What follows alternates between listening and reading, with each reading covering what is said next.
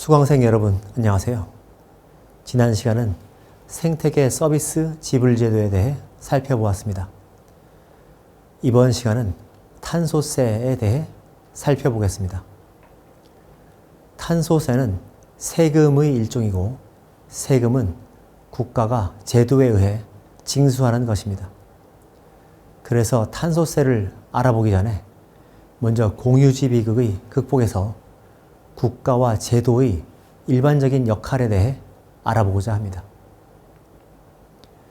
제도주의에서 말하는 제도란 모든 게임의 규칙입니다. 이 규칙은 사람들이 상호작용을 통해서 만들고 사람들의 행동을 움직입니다. 이 제도는 크게 둘로 나눌 수 있습니다. 하나는 문서로 만들어져 있지 않은 제도로서 이를 보통 문화라고 부릅니다. 사상, 윤리, 생활 습관, 전통, 이야기 등이 문화의 종류들입니다.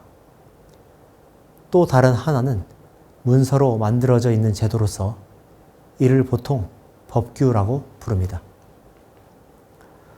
이런 법규에는 법, 시행령, 시행규칙, 시행계획, 조례, 예산계획, 판례 등이 있습니다. 이렇게 문서로 만들어져 있는 제도인 법규를 정부 정책이라고 할 수 있습니다. 공공재에서 벌어지는 공유지의 비극 문제를 해결하려면 사람들이 대화를 하고 규칙을 만들어야 한다고 했습니다. 바로 이 규칙이 제도입니다.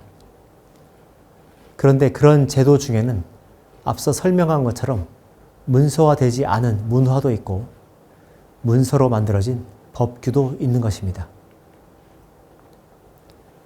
공유지 비극이 극복에 있어서 국가의 중요성은 무엇일까요?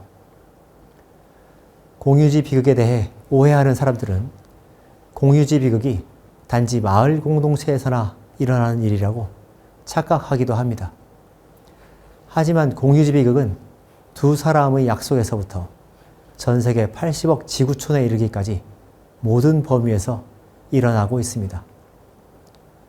그런데 이렇게 공유지 비극이 발생하는 여러 사회 집단 중에서 대화를 통해 규칙을 만들므로써 문제를 해결하는데 가장 성공적인 집단은 무엇일까요?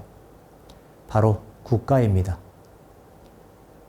국가는 법을 만들고 이를 강제하고 세금을 거두고 이를 집행함으로써 문제를 해결할 수 있는 강력한 조직입니다.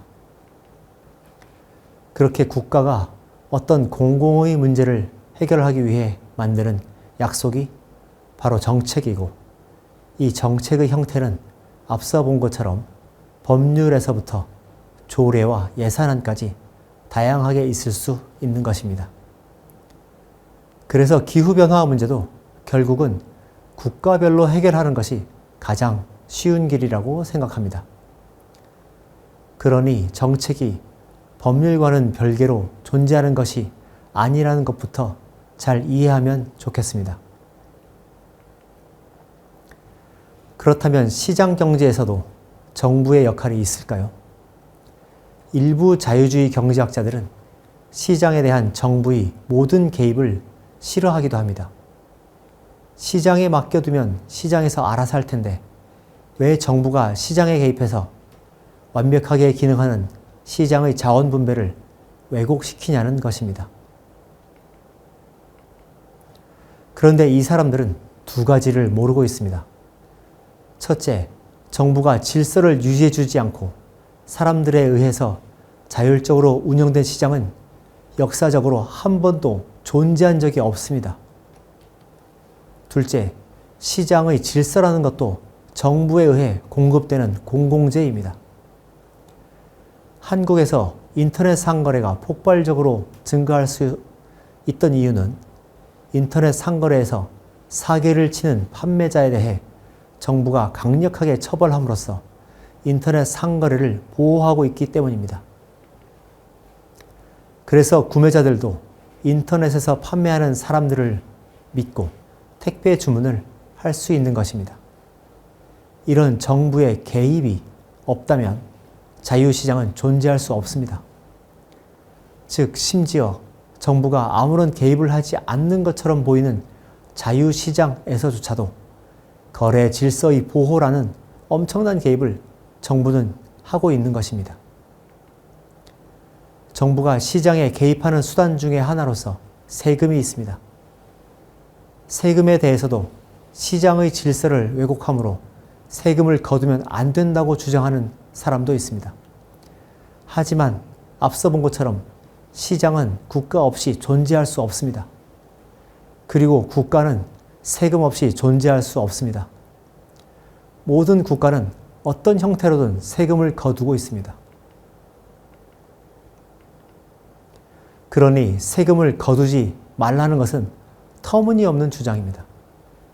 세금을 거두지 않는 것이 아니라 가장 좋은 방식으로 세금을 잘 거두는 것이 중요한 것입니다. 그러니 어떤 세금이 더 가치관에 부합하는지를 토론할 필요가 있는 것입니다. 모든 세금은 가치관의 반영이니 말입니다. 탄소세는 탄소 배출량을 줄이기 위해 탄소 배출에 대해 부과되는 세금입니다. 그 원리는 간단합니다. 어떤 행동에 대해 세금을 매기면 그 행동의 가격이 높아지기 때문에 그 행동이 줄어들게 됩니다. 그래서 탄소 배출량을 줄이기 위해 부과하는 세금이 탄소세인 것입니다. 탄소세는 이런 정의에만 맞으면 됩니다. 이름이 탄소세가 아니더라도 탄소세에 해당하는 것들이 이미 많이 있습니다. 예를 들어 휘발유 가격이 1리터당 1,800원이라면 그중 절반인 900원 정도는 여러 종류의 세금이나 부과금들인데 이런 세금이나 부과금들이 모두 탄소세라고 할 수 있습니다. 어떤 사람들은 기후변화를 막기 위해 탄소세를 도입해야 한다고 주장하기도 합니다. 하지만 탄소세는 이미 존재하기 때문에 새로 도입할 필요가 없습니다. 기존에 있는 탄소세 성격의 부과금들의 세율을 높이기만 하면 됩니다. 그럴 필요가 있다면 말입니다. 그런데 탄소세와 관련해서 중요한 질문이 있습니다. 탄소세를 강화해서 탄소 배출량을 줄이면 기후변화를 막을 수 있는가라는 질문입니다. 이 질문에 대한 답은 지난 2주차 강의에서 말씀드렸습니다. 탄소 배출량을 줄여도 기후변화를 막을 수가 없습니다. 더욱이 탄소 배출량 감축이 그나마 기후변화의 속도라도 줄이려면 전 세계의 나라들이 탄소 배출량 감축에 합의하고 실천해야 합니다.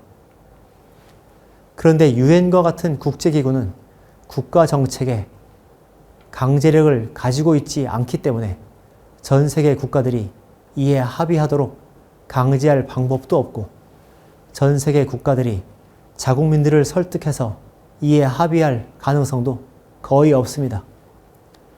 그러므로 지금의 상태는 착한 일을 하는 국가만 손해를 보는 전형적인 죄수의 딜레마 게임이며 당분간 이 문제가 극복될 가능성은 거의 없다고 봐야 합니다.